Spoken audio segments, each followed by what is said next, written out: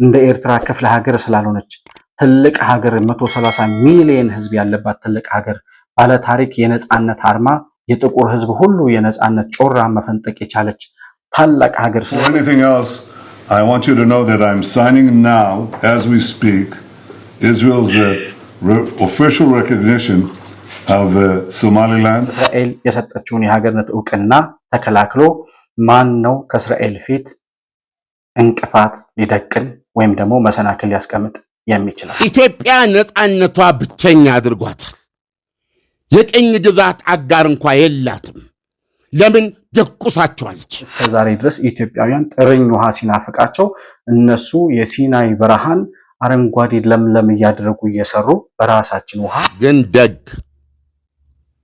የዋህ ደሙን በየጊዜው በአባይ መጠን እያፈሰሰች የምትገኝ ሀገር ናት። ኢትዮጵያ የባህር ኃይል ቀይ ባህር ላይ ወጥቶ የሚታይበት አሸባሪዎችን እነ ሀውቲንና እነ አልሸባብን አይቀጡ ቅጣት የሚቀጣ The reason I came here today is because we have shared threats. We understand that. I'm not new to this region. I understand what these issues are. በአሰብና በጅቡቲ ወደቦች ላይ የግብፅን የጦር ቤዝ ለመመስረት ወይም ለመክፈት እንቅስቃሴ እያደረገ እንደነበር እናስታውሳለን። ግብፅ የትኛውም ጥቁር ሰው ጠላት ናት። ግብፅ ሃይማኖት የላትም።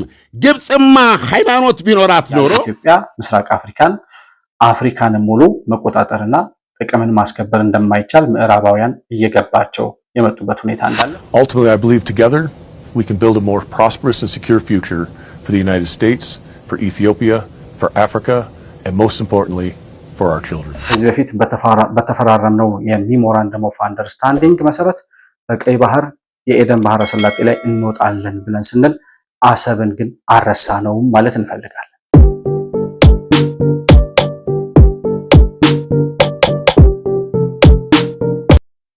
ሰላም ለእናንተ ይሁን። የተከበራችሁ የመሆን መልቲሚዲያ ቤተሰቦች እንደምን አላችሁ? ብሩክ የሾርቅ አሰፋ ነኝ ከመሆን መልቲሚዲያ። የዛሬውን ዕለታዊ ፕሮግራማችንን ይዘን መጥተናል።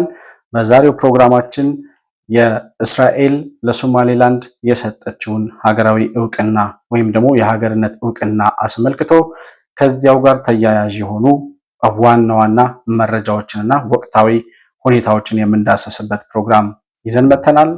መሆን መልቲሚዲያን ላይክ፣ ሰብስክራይብ እና ሼር እያደረጋችሁ እንዲሁም ሁለተኛ ቻናላችን የሆነው መረብ መልቲሚዲያንም እንዲሁ ለሌሎች ተደራሽ እንዲሆን ማድረጋችሁን ሳትዘነጉ ከፕሮግራሙ ጋር አብራችሁ እንድትቆዩ በአክብሮት እጋብዛለሁ። መሆን መልቲሚዲያ ዘረኝነትንና ጥላቻን የሚጸየፍ በሐሳብ የበላይነት የሚያምን እውነትንና ኢትዮጵያዊነትን ለማጽናት የሚተጋ ሚዲያ ነው። መሆን መልቲሚዲያን በሱፐር ቻት እና በሱፐር ስቲከር እንዲሁም በገንዘብ መደገፍ የምትችሉ መሆኑን በአክብሮት እንገልጻለን። ይህን ሚዲያ መደገፍ እውነትንና ኢትዮጵያዊነትን ማጽናት መሆኑን አውቃችሁ ሼር፣ ላይክ፣ ሰብስክራይብ በማድረግ ለሌሎች ተደራሽ ማድረጋችሁን አትርሱ። መሆን መልቲሚዲያ የአዲሱ ትውልድ ሚዲያ። እንግዲህ ከሁለት ቀናት በፊት እስራኤል ለሶማሌላንድ የሀገርነት ዕውቅና መስጠቷን ለዓለም አቀፉ ማህበረሰብ ይፋ አድርጋለች። የእስራኤሉ ፕሬዝዳንት ቤንያሚን ኔታንያሁ ከሶማሌላንዱ ፕሬዝዳንት ጋር በስልክ ሲነጋገሩ የሚያሳይ ቪዲዮ ነው ይፋ የሆነው። እሳቸው በቀጥታ ስልክ ደውለው ነው ፊርማውን እየፈረሙ ለሶማሌላንዱ ፕሬዝዳንት ለአብዱራህማን ሙሐመድ ለተባሉት የሶማሌላንዱ ፕሬዝዳንት ዕውቅናውን በይፋ ያረጋግጡላቸው ማለት ነው። Mr. President. Mr. Prime Minister. It's good to talk to you. And before anything else, I want you to know that I'm signing now, as we speak, Israel's official recognition of Somaliland and its right of self-determination. Our friendship is seminal and historic. So I'm very, very happy and I'm very proud of this day, and I want to wish you and the people of Somaliland the very, very best there. That's a great moment and great historical day.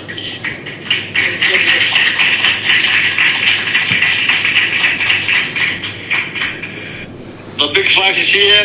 The other group is the chairman of the party and the vice president. And key officials are here. Mr. Prime Minister, I accepted the invitation and I am ready as soon as possible for that arrangement that can be made. እንግዲህ ይሄንን ሁኔታ ስንመለከት ኢትዮጵያ ከዚህ በፊት ለሶማሊላንድ እሰጣለሁ ብላ የነበረውን የሀገርነት እውቅናና በምላሹ ደግሞ ኢትዮጵያ የባህር በር ለምታገኝበት ሁኔታ የሚሞራንደም ኦፍ አንደርስታንዲንግ ወይም ደግሞ የመግባቢያ ሰነድ ተፈራርመው እንደነበር እናስታውሳለን። ያንን የመግባቢያ ሰነድ ግን ፍሬ እንዳያፈራና ውጤታማ እንዳይሆን ከተከላከሉ ሀገሮች መካከል ቱርክ፣ ሶማሊያ፣ ኤርትራና ግብጽ ከሳውዲ አረቢያ ጋር በጋራ በመሆን ይህንን ሁኔታ እንዳይከናወንና ኢትዮጵያ የምትሄድበትን ርቀት ለማጨናገፍ በጣም ብዙ መሰናክሎችን ሲደቅኑ እንቅፋቶችን በመንገዳችን ላይ ሲያስቀምጡ እንደነበር እናስታውሳለን። አሁን እስራኤል የሰጠችውን የሀገርነት እውቅና ተከላክሎ ማን ነው ከእስራኤል ፊት እንቅፋት ሊደቅን ወይም ደግሞ መሰናክል ሊያስቀምጥ የሚችለው? ይህንን ጥያቄ የኢትዮጵያን አካሄድ ሲከላከሉ ወይም ሲቃወሙ የነበሩ ትናንሽ ስብርባሪ ሀገራት ጅቡቲና ኤርትራን ጨምሮ ታሪካዊ ጠላታችን ግብጽ የምትባለውም ለነሱ እጅግ በጣም ከባድ መርዶ ሲሆንባቸው፣ ለኢትዮጵያ ደግሞ የጀመረችውን መንገድ የሚያሳካ ወደ ቀይ ባህር የመውጣት ህልማችንን እውን የሚያደርግ ሆኖ ተገኝቷል። እስራኤል የወሰደችው እርምጃ አንድምታው ምንድን ነው? ምን አይነት ሁኔታ ይዞ ሊመጣ ይችላል? በዓለም አቀፉም እንዲሁም ደግሞ በቀንዱ ሀገራት መካከል በአፍሪካ ቀንድ ማለት ነው በቀጠናው ላይ የሚፈጥረው ሁኔታ ወይም የሚለውጠው ሁኔታ ምን ሊሆን ይችላል የሚለውን ጉዳይ ስንመለከት እንግዲህ ይሄ የእስራኤል ውሳኔ የመጣው በዶናልድ ትራምፕ የእስራኤልና የአረብ ሀገራትን ሁኔታ የሚያሻሽል አብርሃም አኮርድስ የሚባል አንድ የስምምነት ሰነድ ይዘው መምጣታቸው ይታወሳል። ይሄ ስምምነት እንግዲህ በዶናልድ ትራምፕ የተዘጋጀ ወይም በአሜሪካ መንግስት የተዘጋጀ ሲሆን ስምምነቱ በዋናነት የእስራኤልና የአረብ ሀገራትን ግንኙነት የሚያሻሽል ሰላማዊና በተሻለ የዲፕሎማሲ መንገድ እንዲሄድ የሚያደርግ ሁኔታ ነው። ከዚያ ጋር ተያይዞ ሳውዲ አረቢያና እስራኤል ከዚህ በፊት በአብርሃም አኮርድ ስምምነት ተስማምተው ግንኙነታቸውን ማጠናከራቸው በተለያዩ ዘርፎች ላይ በጋራ ለመስራት መስማማታቸውን እናስታውሳለን። አሁን የሶማሌላንዱ እስራኤል ለሶማሌላንድ የሰጠችው እውቅናም ከዚሁ ዶናልድ ትራምፕ ካዘጋጁት አብርሃም አኮርድ ከሚባለው የእስራኤል አረብ ሀገራት ስምምነት በጋራ የሚካሄድ ወይም አብሮ የሚታይ ስምምነት ነው ማለት ነው። ያ ከሆነ እስራኤል አሁን ለሶማሌላንድ እውቅና ለመስጠት ስትወስን በአብርሃም አኮርድ ስምምነት መሰረት ከሆነ የእስራኤልና የአረብ ሀገራትን ስምምነት ለማጠናከር ያለመ ከሆነ ያ ስምምነት ደግሞ የተዘጋጀው በዶናልድ ትራምፕ መሆኑን ስንመለከት እስራኤል የሰጠችውን እውቅና አሜሪካ ቀድማ ያበሰለችው መሆኑንና ነገር ግን በእስራኤል በኩል ቀድሞ እንዲነገር የፈለገችበት ሂደት እንዳለ ነው የተነገረው። ከዚህም በፊት ዶናልድ ትራምፕ ገና ወደ ስልጣን እንደመጡ ኢትዮጵያ ከአንድ ዓመት ከምናምን በፊት ለሶማሌላንድ እውቅና ሰጣለው እንዲሁም በምላሹ የባህር በር ናቫል ቤዝ የሚመሰረትበት የባህር ዳርቻ አገኛለሁ የሚል ስምምነት ባደረገችበት ጊዜ ለሶማሌላንድም እውቅና እንሰጣለን የሚል እንቅስቃሴ ወይም አስተያየት ሲሰጡ እንደነበር ዶናልድ ትራምፕ እናስታውሳለን። እነዚህን ሁኔታዎች አያይዘን ስንመለከት እስራኤልና አሜሪካ እንዲሁም ምዕራባውያን የአሜሪካና ምዕራባውያን የእስራኤልን መንገድ የማይከተሉበት ምንም አይነት ምክንያት እንደሌለ ነው የምንረዳው። እስራኤል ይህንን እውቅና ለመስጠት የፈለገችበት ምክንያትስ ምንድን ነው የሚለውን ነገር ስንዳስስ ደግሞ ይህንን እውቅና የሰጠችበትን ምክንያት ስታስረዳ እስራኤል ከውስጥ የሚወጡ መረጃዎች እንደሚያስረዱት ከሆነ በመጀመሪያ ደረጃ በየመን አቅራቢያ የሀውቲ አማጽያን የሚገኙበት ወረዳ ላይ ወይም እነሱ የሚይዙት ቦታና ቀጠና ላይ የስለላ ኔትወርክ መዘርጋት ትፈልጋለች እስራኤል። የሀውቲ አማጽያንና የየመን ላይ ያለውን አጠቃላይ እንቅስቃሴ የምትከታተልበት የመረጃ መረብ በሶማሌላንድ የባህር ዳርቻ ላይ መዘርጋት ትፈልጋለች። በሁለተኛ ደረጃ የሀውቲ አማጽያንን በቅርብ ርቀት ለመከታተልና ለማጥቃት ይመቸኛል ብላለች። የሀውቲ አማጽያን በቀይ ባህር ዳርቻ በተለይ በየመን ኤደን ባህረ ሰላጤ በሚባለው አካባቢ የሽብር እንቅስቃሴያቸው እንደሚያደርጉ ይታወቃል። ያ የሽብር እንቅስቃሴ ደግሞ በቀጥታ በኢራን የሚደገፍና ቀጥታ ጥቃቱን በእስራኤል ላይ እና በአሜሪካ መርከቦች ላይ ያደረገ እንደሆነ ይታወቃል። ስለዚህ ሁለተኛው ምክንያቷ ለሶማሌላንድ እውቅና የሰጠችበት ማለት ነው የሀውቲ አማጽያንን በቅርብ ርቀት ተቀምጬ ለመምታት እና ለማጥቃት ይመቸኛል ብላለች። በሶስተኛ ደረጃ ምንም እንኳን የሀውቲ አማጽያን እየበጠበጡ እየረበሹት ያለው መንግስት ቢሆንም የመን ዓለም የሚያውቀው መንግስት አላት።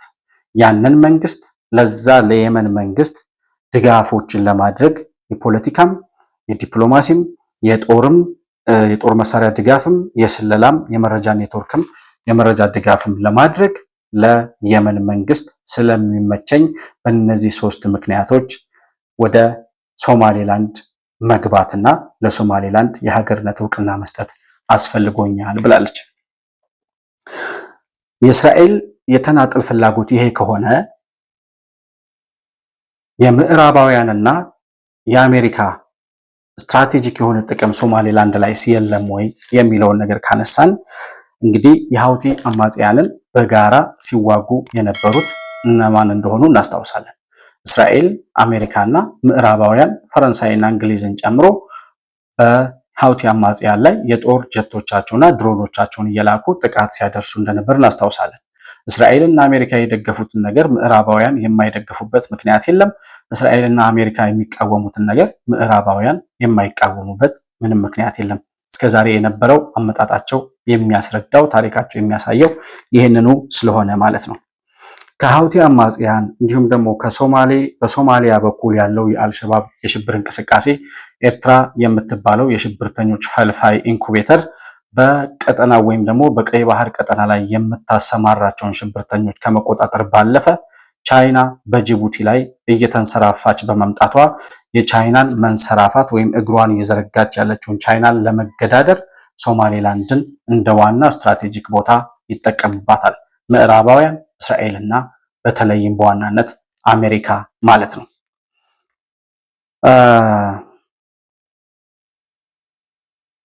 በእነዚህ ሶስት ምክንያቶች አንደኛ ሽብርተኝነትን ለመዋጋት፣ ሁለተኛ ቻይና በምስራቅ አፍሪካ በተለይም በቀይ ባህር ቀጠና ላይ እያመጣች ያለችውን የበላይነት ወይም ደግሞ እየሰፋች እየተንሰራፋች ያለችበትን ሁኔታ ለመቆጣጠር፣ በሶስተኛ ደረጃ የአሜሪካን የበላይነት በቀጠናው ላይ ለማስፋትና ለማስፈን በእነዚህ ሶስት ምክንያቶች የእስራኤልን ለሶማሌላንድ የሰጠችውን እውቅና ቀድመው ከእስራኤል ጋር አብረው የወሰኑበት ሁኔታ እንዳለ በግልጽ የሚያስረዳ ሁኔታ ነው ያለው። እንግዲህ ከዚሁ ጋር ተያይዞ ይሄ እውቅና ከመምጣቱ በፊት ኢትዮጵያ ከአንድ ዓመት በፊት ለሶማሌላንድ እውቅና ለመስጠት እንቅስቃሴ ጀምራ እንደነበር እናስታውሳለን። አሁን ይሄንን እስራኤል የሰጠችውን እውቅና ትከተላለች ወይ? ኢትዮጵያ ለሶማሌላንድ ልክ እንደ እስራኤል የሀገርነት እውቅና ትሰጣለች ወይ ብሎ የሚጠይቅ አንዳንድ እውቅናው ከየት እንደመጣ የእስራኤል እውቅና ከየት እንደመጣ ራሱ የማይገባው ሰው ሊኖር ይችላል። ነገር ግን አሁን እስራኤልና አሜሪካም እስራኤል ያጸደቀችውና አሜሪካምና ምዕራባውያንም ያጸድቁታል ተብሎ የሚጠበቀው የሀገርነት እውቅና በመጀመሪያ ይፋ የተደረገው በኢትዮጵያ ነው። በቀጥታም ይሁን በተዘዋዋሪ መንገድ የኢትዮጵያ የዲፕሎማሲ ተጽዕኖ እንዳለበት በግልጽ የሚያስረዱ ሁኔታዎች አሉ። ምንድናቸው እነዛ ሁኔታዎች ካላችሁ ከ2 ሳምንት ከ3 ሳምንት በፊት በአሜሪካ ጦር ኃይል ውስጥ የምስራቅ አፍሪካ ጦር አዛዥ ወይም ኮማንደር የሆኑት የጦር ጀነራል ወደ ኢትዮጵያ መጥተው ነበር። እሳቸው መጥተው በነበረበት ሰዓት የተናገሩትን ሰምተን እንመለስ። The whole reason I came here today is because we have shared threats. We understand that. I'm not new to this region. I understand what these issues are. During my visit, I had the opportunity to meet with your Prime Minister, Abiy Ahmed. We were able to discuss the common threats of transnational terrorism and look at how we can contribute to regional stability. As we face growing security threats, including the rise of terrorist activities in East Africa, the Sahel, and West Africa's coastal regions, the collective efforts are more important than ever. I know these are difficult challenges. That's why I look to continue this dialogue with the leadership at both Ethiopia and the African Union. Ultimately, I believe together we can build a more prosperous and secure future for the United States, for Ethiopia, for Africa, and most importantly, for our children. እንግዲህ ኮማንደሩ እንደሚናገሩት እንደሰማችኋቸው ከኢትዮጵያው ጠቅላይ ሚኒስትር ዶክተር አብይ አህመድ ጋር ተገናኝተው ያወሩት በጋራ ተግዳሮቶቻችን በጋራ ችግሮቻችን ላይ ወይም ደግሞ የጋራ የምንላቸው ፈተናዎች ላይ ተወያይተናል። የኢትዮጵያንና የአሜሪካን የበላይነት ወይም ደግሞ ስትራቴጂክ ተጠቃሚነት እንዴት ልናሰፍንና እንዴት ልናስጠብቅ እንደምንችል ተነጋግረናል። ያ ማለት ኢትዮጵያ በምስራቅ አፍሪካ ያላትን ተሰሚነት ያላትን ተጽዕኖ በተለይ በአፍሪካ ህብረት ያላት ተጽዕኖ እጅግ ከፍተኛ በመሆኑ ወደ አፍሪካ ለመግባት የሚፈልጉ ሀያላን ሀገራት በሙሉ በኢትዮጵያ በኩል እንደ ጌትዌይ እንደሚጠቀሙ ከዚህ በፊት የሰራናቸው መረጃዎችም አሉ። ዓለም አቀፍ ሁኔታውንም ስንመለከት ያለ ኢትዮጵያ ምስራቅ አፍሪካን ሙሉ መቆጣጠርና ጥቅምን ማስከበር እንደማይቻል ምዕራባውያን እየገባቸው የመጡበት ሁኔታ እንዳለ ከዚህ እንረዳለን። የፈረንሳዩ የአየር ኃይል አዛዥ መጥተው ነበረ ከዚሁ ከአሜሪካዊ ጦር መሪ በፊት ማለት ነው። ከዚያም በኋላ ደግሞ የአሜሪካው የውጭ ጉዳይ ሚኒስትር የሆኑት ማርኮ ሮቢዮ ከነዚህ ሁለት የጦር መሪዎች ጉብኝት በኋላ በስልክ ከጠቅላይ ሚኒስትር ዶክተር አብይ ጋር ተገናኝተው ማውራታቸውን ሰምተናል። እሳቸውም ይፋ እንዳደረጉት በራሳቸው ገጽ ላይ እንዲሁም በስቴት ዲፓርትመንት ፔጅ ላይ እንደተለጠፈው ማለት ነው ከጠቅላይ ሚኒስትር ዶክተር አብይ አህመድ ጋር በቀጠናው ሰላም ሁኔታ ላይና በምስራቅ አፍሪካ አጠቃላይ የሰላምና የቀይ ባህር ሁኔታ ላይ በጋራ ለመስራት ስለምንችልበት ሁኔታ ተወያይተናል ብለዋል። በጋራ ተግዳሮቶቻችን በጋራ ፈተናዎቻችን ላይ ወይም የጋራ ጥቅማችንን ለማስከበር ሲሉ ምን ማለታቸው ነው? የጋራ ተግዳሮቶች ወይም የጋራ ጠላቶች እነማን ናቸው? የአሜሪካ፣ የምዕራባውያን፣ የእስራኤልና የኢትዮጵያ ብለን ካነሳን ግብጽ የምትባለው የኢትዮጵያ ታሪካዊ ጠላት ከስብርባሪ ሀገራት ጋር ሆና እንደ ኤርትራና እንደ ሶማሊያ አይነት አገር መሆን ያቃታቸውን አሸባሪ ፈልፋዮች በመደገፍና በማስተባበር ኢትዮጵያ በቀይ ባህር ቀጠና ላይ እንዳትወጣ ከዛም ሲቀጥል ደግሞ የዓለም አቀፉ የቀይ ባህር ቀጠና ሰላም እንዳይሆን የተለያዩ ሽብርተኞችን በቀጠናው በማሰማራት የዓለም የንግድ ስርዓት እንዲስተጓጎል የዓለም ሀያላን ሀገራት ስትራቴጂክ ጥቅማቸው እንዳይከበር እያደረጉ ያሉ ስለሆነ እነዚህን ለመቆጣጠር ከኢትዮጵያ ጋር መስራት ምዕራባውያኑ የግዳቸውን የሚቀበሉትና የተቀበሉት መሆኑን ማስረጃ ሳያስፈልግ ራሳቸው ከተናገሩት መስማት እንችላለን። እነዚህን ነገሮች ስንመለከት እንግዲህ በቅርቡ ኢትዮጵያ ወደ ቀይ ባህር እንዳትወጣ ግብጽ እና ኤርትራ የሚጫወቱትን ሚና ከጅቡቲ ጋር ከሶማሊያ ጋር በመሆን የተለያዩ እንቅፋቶችን ሲያስቀምጡ እንደነበር እናስታውሳለን። ባለፈው ሳምንት የግብፁ ፕሬዝዳንት ወደ ጅቡቲና ወደ ኤርትራ የተለያዩ እንቅስቃሴዎችን በማድረግ በአሰብና በጅቡቲ ወደቦች ላይ የግብፅን የጦር ቤዝ ለመመስረት ወይም ለመክፈት እንቅስቃሴ እያደረገ እንደነበር እናስታውሳለን። ይህ የሚሆነው እንግዲህ ኢትዮጵያ በጅቡቲም በአሰብም በኩል እንዳትወጣ ወደ ቀይ ባህር ብቅ እንዳትል ለማፈን የምትሄድበት አካሄድ። ግብፅ ኢትዮጵያ እንደ ሀገር እንዳትቆም የተለያዩ አሸባሪዎችን በውስጣችን በመፈልፈል እስከ ዛሬ ድረስ ኢትዮጵያውያን ጥርኝ ውሃ ሲናፍቃቸው እነሱ የሲናይ በረሃን አረንጓዴ ለምለም እያደረጉ እየሰሩ በራሳችን ውሃ የራሳችንን ጥቅም ሳንጠቀም እስከ ዛሬ እንድንኖር ያደረጉን እጅግ በጣም ከሃዲዎች፣ እጅግ በጣም ራስ ወዳዶች፣ ከራሳቸው በላይ ምንም ነገር የማይታያቸው ኢትዮጵያ ካልጠፋች በስተቀር እኛ ሰላም እንሆናለን ብለው የማያስበው እድሜ ልካቸውን ኢትዮጵያና ኢትዮጵያውያንን ከማጎሳቆልና ከማደህየት ከቻሉም ደግሞ ኢትዮጵያን ከማፍረስ ያለፈ ህልም የሌላቸው በምን ቋንቋ እንደሚገለጹ ራሱ የማይገባ በጣም ለዓለም ለመረዳት አስቸጋሪ የሆነ ሂደት ነው ኢትዮጵያ ላይ እየፈጸሙ ያሉት ግብጾች። ግብጽ በኢትዮጵያ ላይ የምትፈጽመውን በየትም ቀጠና እንዳትወጣ ወደ ቀይ ባህር ብቅ እንዳትል ከዚህ በፊት ሻዕቢያና ወያኔን በመፈልፈል ወይም በማሰማራት ኢትዮጵያ በውስጥ ለውስጥ የዘረኝነትና የብሔር ፖለቲካ ተተብትባ ዓለም አቀፉን ፖለቲካ እንዳትቀላቀልና ወደ ቀይ ባህር እንዳትወጣ ተዘግቶባት እንድትኖር የተደረገው ግብጽ በሰራችው የዘረኞች ፖለቲካ በኢትዮጵያ ላይ በመትከሏ ነው። አሁን ደግሞ ያ የዘረኝነት ፖለቲካ የገባቸውና ኢትዮጵያን በአንድነት ወደ ብልጽግና ለመውሰድ የሚፈልጉ መሪዎች፣ ራዕይ ያላቸው መሪዎች ሲመጡ የተለያዩ ጎረቤቶቻችንን በማስተባበር ኢትዮጵያ ህልሟን እንዳታሳካና ወደ ቀይ ባህር እንዳትወጣ የምታደርገውን ግፍና በደል በደንብ የተረዳው ጋዜጠኛ አለምን ዋሴ ነው። ኢትዮጵያ ላይ የምትፈጽመውን የእጅ አዙርና የቀጥታ ተጽዕኖ አለምን ዋሴ እንደዚህ ይገልጸዋል። ግብፅ ኢትዮጵያን በተመለከተ የምታራምደው ፖሊሲ ከአባይ ወንዝም ያለፈ ነው። ገብቶሃል? በዚህ አይነት የሌባ ድፍረት የነጻነት የጥቁር ሰው መሪ በታሪክ በማንኛውም መመዘኛ የሆነን ሀገርና ህዝብ ግን ደግ የዋህ ህዝብ ደሙን በየጊዜው በአባይ መጠን እያፈሰሰች የምትገኝ ሀገር ናት። ኢትዮጵያ ነጻነቷ ብቸኛ አድርጓታል። የቅኝ ግዛት አጋር እንኳ የላትም። ለምን? ደቁሳቸዋለች። ጣሊያንን ብቻ አይደለም የደቆሰችው፣ ለሌሎች አልተመቸችም።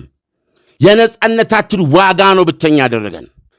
ለግብፅ ትልቅ ሪሊ ግብፅን በተጨባጭ የጠቀመ መሪ ሊለው የምችለው አንዋር ነው። አንዋር ሳዳት ትልቅ መሪ ነው ለግብፅ። አንዋር ሳዳት ለኢትዮጵያ ጠላት ነው። እነዚህ ሰዎች የኢትዮጵያ ደም ያለባቸው ናቸው። ግብፅ የየትኛውም ጥቁር ሰው ጠላት ናት። ግብፅ ሃይማኖት የላትም። ግብፅማ ሃይማኖት ቢኖራት ኖሮ ነቢዩ መሐመድ ኢትዮጵያን በተመለከተ ምን አሉ? ግብፆች ኢትዮጵያን ምን እያደረጉ ነው? አላሁ አክባር ብሎ መስጊድ ውስጥ ያለ እርብሻ፣ ያለ ረሃብ፣ ያለ ጥማት ከዘመን ዘመን በሰላም ለመኖር የተቸገረው ሙስሊም ኢትዮጵያዊ፣ ክርስቲያን ኢትዮጵያዊ፣ ይሁዲ ኢትዮጵያዊ፣ ሃይማኖት እኮ ማንኛውም ኢትዮጵያዊ የዚህ በደል ቀማሽ ነው። የግብፅ በግብፅ ጉዳይ ላይ ሃይማኖታችን አንድ ነው። አሁን ግብፅ ኢትዮጵያን ለማለቅ የምታደርገውን እንቅስቃሴ እያየ ይሄ የሚጠፋው የኢትዮጵያ ልጅ የለም። ኢሳያስ የግብፅ መሪዎች ይላል ከአንዋር ሳዳት ጀምሮ የተለያዩ የግብፅ መሪዎች የኢትዮጵያውያን ደም በነዛ መሪዎች ላይ አለ ነው የሚለው ዓለም ነዋሴ። ኢትዮጵያ በረሃብ እንድትሰቃይ ዜጎቿ በረሃብና በውሃ ጥም እንዲያልቁ እያላት እንደሌላቱን እንድትኖር በውስጥ ፖለቲካ ተተብትባ በዘረኝነትና በብሔርተኝነት እየተናቆረች እንድትኖር ትልቅ ሆና እያለ ነገር ግን ትናንሾቹን ሀገሮች የባህር በር እየለመነች እንድትኖር 130 ሚሊዮን ህዝብ ተቆልፎበት እንዲኖር ያደረገችው ይቺን ታሪካዊ ጠላታችን ግብፅን በዚህ ደረጃ ነው የሚገልጻት ዓለም ነዋሴ። እንግዲህ የኢትዮጵያ ዲፕሎማሲ በዚህ ደረጃ ፍሬ አፍርቶ በህጋዊ መንገድ በዓለም አቀፍ ህግ መሰረት የወደብና የባህር በር ባለቤት እንሆናለን ብሎ በተናገረው መሰረት አብቹ ለሶማሌላንድ የእስራኤል እውቅና የተበሰረበት ሁለተኛ ኢትዮጵያ የባህር በር ባለቤት የሚያደርግ የባህር በር ማለት የኢትዮጵያ የባህር ኃይል ቀይ ባህር ላይ ወጥቶ የሚታይበት አሸባሪዎችን እነ ሀውቲን እና አልሸባብን አይቀጡ ቅጣት የሚቀጣበት አሸባሪዎችን የምትፈለፍለውን ያችን ኤርትራ የምትባል ክፍለ ሀገር መሆን አቅቷት እስከዛሬ የምትንኮታኮተውን እስከ መጨረሻው ተሰባብራ የምትቀርበት ካልሆነም ደግሞ የመጨረሻ ጣፈንታዋ ከኢሳያስ አፈወርቂ በኋላ በኢትዮጵያውያን የሚበየንበትና የሚወሰንበት ምዕራፍ የሚገለጥበት እውቅና ነው ለሶማሌላንድ እስራኤል የገለጠችው የእውቅና ምዕራፍ ማለት ነው።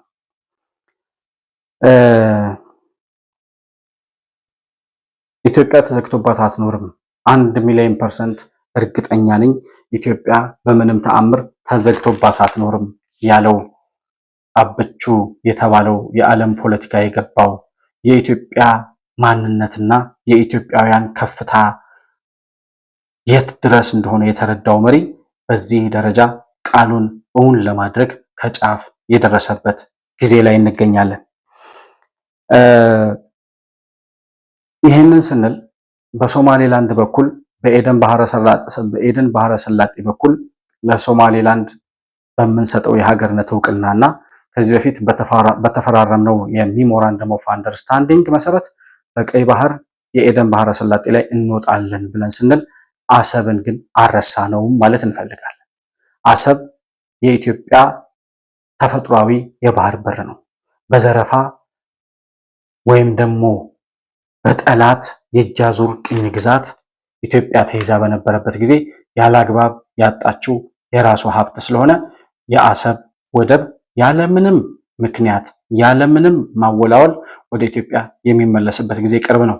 የአሰብ ወደብ እንዳለ ሆኖ ግን አማራጭ የባህር በር ወይም ሁለተኛ የባህር በር 3ም 4ም ስለሚገባት ኢትዮጵያ እንደ ኤርትራ ክፍለ ሀገር ስላልሆነች ትልቅ ሀገር 130 ሚሊዮን ህዝብ ያለባት ትልቅ ሀገር ባለ ታሪክ የነጻነት አርማ የጥቁር ህዝብ ሁሉ የነጻነት ጮራ መፈንጠቅ የቻለች ታላቅ ሀገር ስለሆነች 4ም 5ም የባህር በር ስለሚያስፈልጋት እንደ አማራጭ በቀይ ባህር ኤደን ባህረ ሰላጤ በኩል በሶማሌላንድ በኩል እንወጣለናል እንጂ የአሰብን ወደብ ወደ ኢትዮጵያ የመመለስ የአሰብን የቀይ ባህር በራችንን ታሪካዊ ባለቤትነቱ የኢትዮጵያ ስለሆነ ወደ ባለቤቱ የሚመለስበትን ሂደት አልረሳነውም።